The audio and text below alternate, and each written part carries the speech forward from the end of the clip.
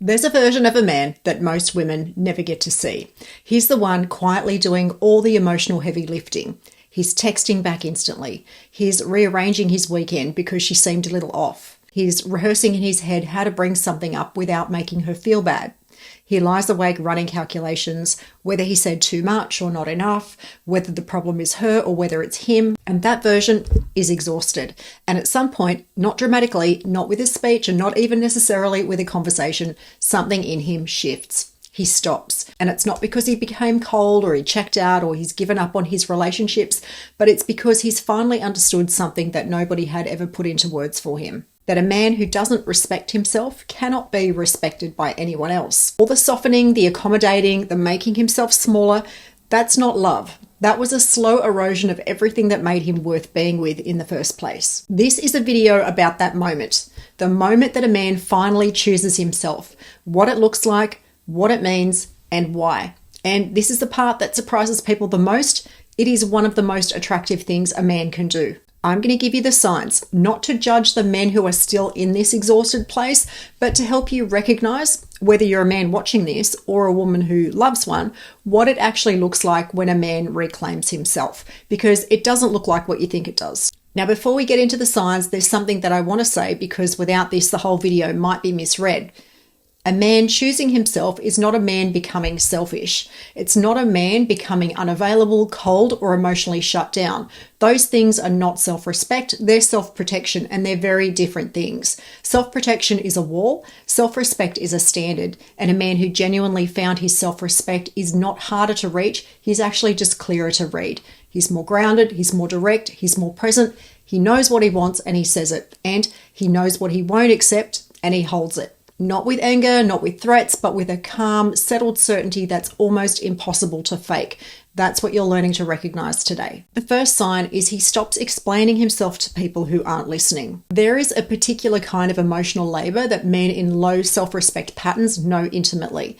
It's the endless explaining, the justifying, the over-communication of reasons, feelings, decisions to someone who's going to dismiss them or weaponize them anyway. A man who's found his self-respect, he stops doing this. And it's not because he becomes secretive or he stops communicating, but it's because he's finally understood that explanation is not the same as connection and that clarity doesn't require someone else's approval to be valid. Watch for this one carefully because it looks different depending on who you are. If you're used to a man who's over-explained, his silence might start to feel like withdrawal. It's not withdrawal, it's the absence of anxiety. He's not pulling away from you, he's no longer being pulled around by the need for your validation. When a man stops over-explaining, he just stops treating other people's opinions as the final word on who he is. Sign number 2, he lets things end without chasing. This is one of the most significant and most misread signs there is. A man who doesn't yet have his self-respect, he's going to chase. He's going to send the follow-up text after the silence. He'll reach back out after the fade. He'll find a reason to reopen something, to try it one more time because the comfort of unresolved ending feels much worse than the discomfort of staying in something that just isn't working. The moment that he stops chasing is not the moment he stopped caring. It's the moment that he understood something that took him a really long time to learn, that his presence is not something to beg for someone to receive. Research in the psychology of attachment, including work by Cindy Hazan and Philip Shaver on adult attachment patterns, shows that anxious behaviors like over-pursuing and the inability to tolerate endings are not signs of love. They're signs of a dysregulated nervous system trying to relieve its own anxiety. So what looks like devotion from the outside is actually fear on the inside. When a man stops chasing and lets things end clearly, his nervous system has learned something new. He's learned that he'll be okay. He doesn't need to close every loop and that some endings are not failures, they're just answers. He lets it go. Not because it didn't matter, but because he knows his own worth enough to know that staying where he isn't chosen is the one thing that he can no longer do. Sign 3, he starts saying no without an apology attached. Pay close attention to this one because it's subtle. A man who's still earning his place in his relationship, in a friendship or a workplace, anywhere, will say no with a cushion around it. He'll soften it, explain it, justify it. He'll offer an alternative just to make sure the other person isn't upset. The no itself is almost secondary to the effort that he puts into managing their reaction to it. A man who's found his self-respect says no differently. It's clean. It doesn't come with an hour of hedging. He's not rude about it. Self-respect is not rudeness, but he is clear about it without the apology attached to what is actually a reasonable boundary. The shift is psychologically enormous because saying no without apologizing for it requires a specific belief that your needs and your limits are as valid as anyone else's. For men who spent years operating as if the goal was to be as agreeable and as low maintenance as possible, that belief is a revolution. When you hear a man say no and mean it without the performance of guilt around it, you're watching a man who's finally stopped treating his own limits as inconveniences to be managed. Sign 4, he stops shrinking in rooms that made him feel small. This one's a little bit harder to put into words, but you'll know it immediately when you see it. There are rooms and relationships where certain men become less. They get quieter, their opinions disappear, they agree with things that they don't actually agree with, they laugh at things that aren't funny to them, they present a version of themselves calibrated to be accepted rather than actually be seen. It isn't dishonesty exactly, it's armor. It's the learned behavior of a man who has experienced, probably more than once, that being fully himself in certain spaces was not safe or welcome. The day that a man chooses himself, those rooms lose their power over him. He doesn't walk in looking for a fight. He doesn't announce that he's changed. He just simply stops performing. He takes up the space that he's entitled to and he says the things he actually thinks. And if the room doesn't like it, he watches with something close to curiosity instead of panic. Amy Cuddy's research on embodied cognition at Harvard found that body posture and physical presence aren't just signals of confidence, they actually generate it. When a man stops physically shrinking in space, his internal state begins to shift as well. Posture changes psychology. Self-respect often starts in the body before it starts in the mind. Sign 5, he becomes comfortable with people being disappointed in him. This is the one that changes everything. The deepest reason that men lose their self-respect is not that they're weak, it's just that they can't tolerate disapproval. The fear of someone being disappointed or so angry with them is so activating to their nervous system that they'll do almost anything to prevent it. They'll agree to things that they don't want to. They'll stay in situations that they know are not right. They'll twist themselves into positions that hurt them as long as it keeps the peace. Now, when a man finally chooses himself, that changes. And it's not because he stops caring about other people's feelings. He still does.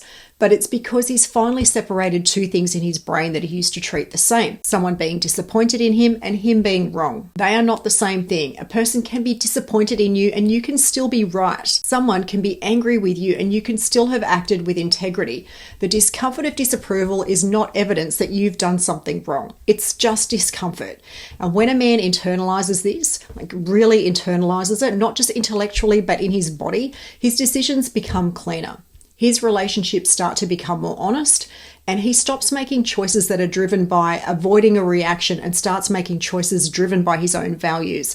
That's the moment that he stops being manageable and starts just being a real person. Sign 6, he knows what he wants and he says it. A man without self-respect is genuinely unsure of what he wants because he spent so long figuring out what he's supposed to want, what she wants, what the situation seems to require, that his own desires have gone quiet from years of not being consulted.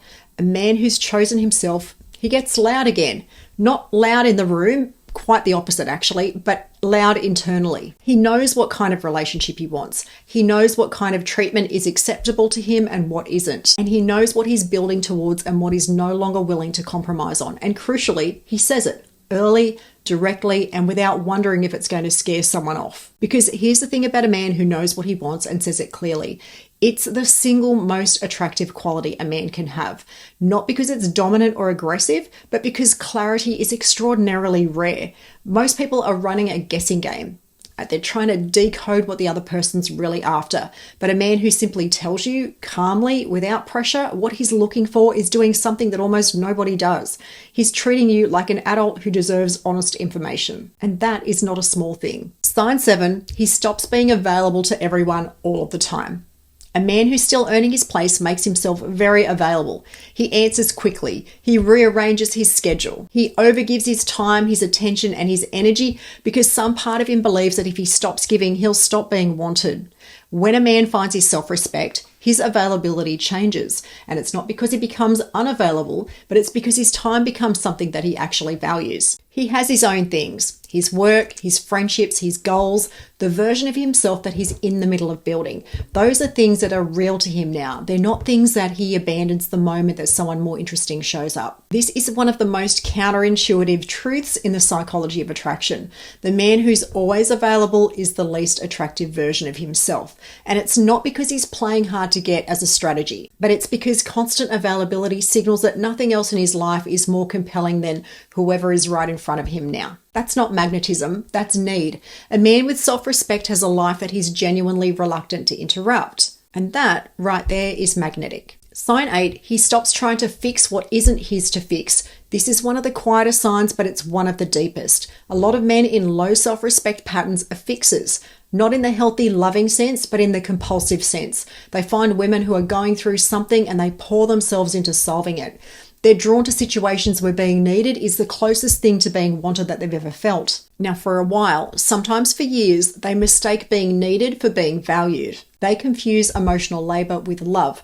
The day a man chooses himself, he starts to see the difference. He notices when he's being called on because he's genuinely loved, and when he's being called on because he's useful. He notices when a dynamic is mutual and when he's carrying everything alone. He starts to withdraw from the dynamics that were using him without honoring him. Not with resentment, but with a kind of clarity that's new. He stops trying to fix people who haven't asked to be fixed. He stops signing up for emotional debt that was never going to be repaid. He learns, and this takes real maturity, that sometimes the most loving thing you can do for someone is not to rescue them. Sign 9, he can be all alone without it meaning something's wrong.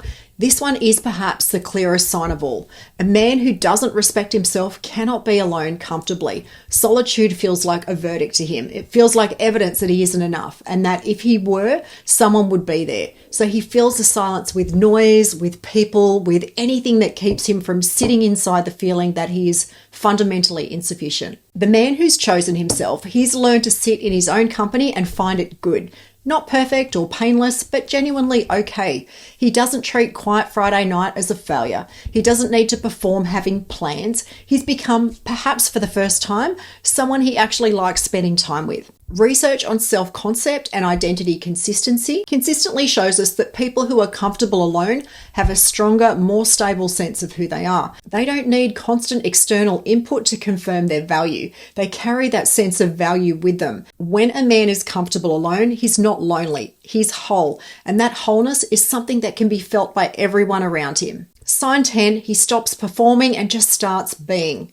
This is where it all comes together. Everything above, the clean no, the comfortable solitude, the dropped apologies, the space he takes up in a room, all of it is an expression of one underlying shift. He stops performing a version of himself that's designed to be chosen, and he just starts being the person he actually is, with no editing, no audience management, no calculation about whether this version of him will be approved. And here's the thing that's almost paradoxical. The moment that a man stops trying to be attractive, he stops auditioning, he stops managing your impression of him, is almost always the moment that he becomes most attractive. Because what you're feeling in his presence is no longer the performance, it's the person. And a person fully and honestly present is one of the most rare, compelling things that another human being on the planet can encounter. That settled, unhurried, unperforming quality, that is what women describe when they talk about a man who just had something about him. It's not the jawline, it's not the confidence trick, it's the absence of need.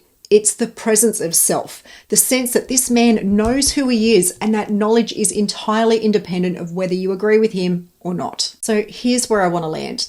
If you're a man who's watching this and you recognize yourself in some of those earlier signs, so the chasing, the over-explaining, the shrinking, I want you to hear something clearly. There is no shame in it. None.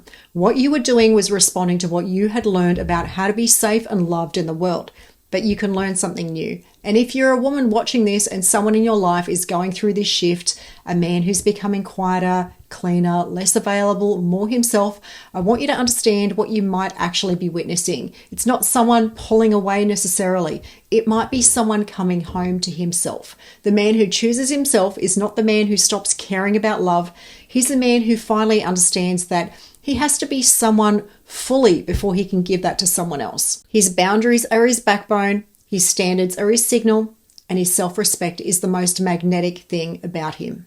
If this video resonated with you, take a look at my course, Magnetic Masculine, where we dive deeply into this subject and so much more. There's a link in the description below. Thank you for watching.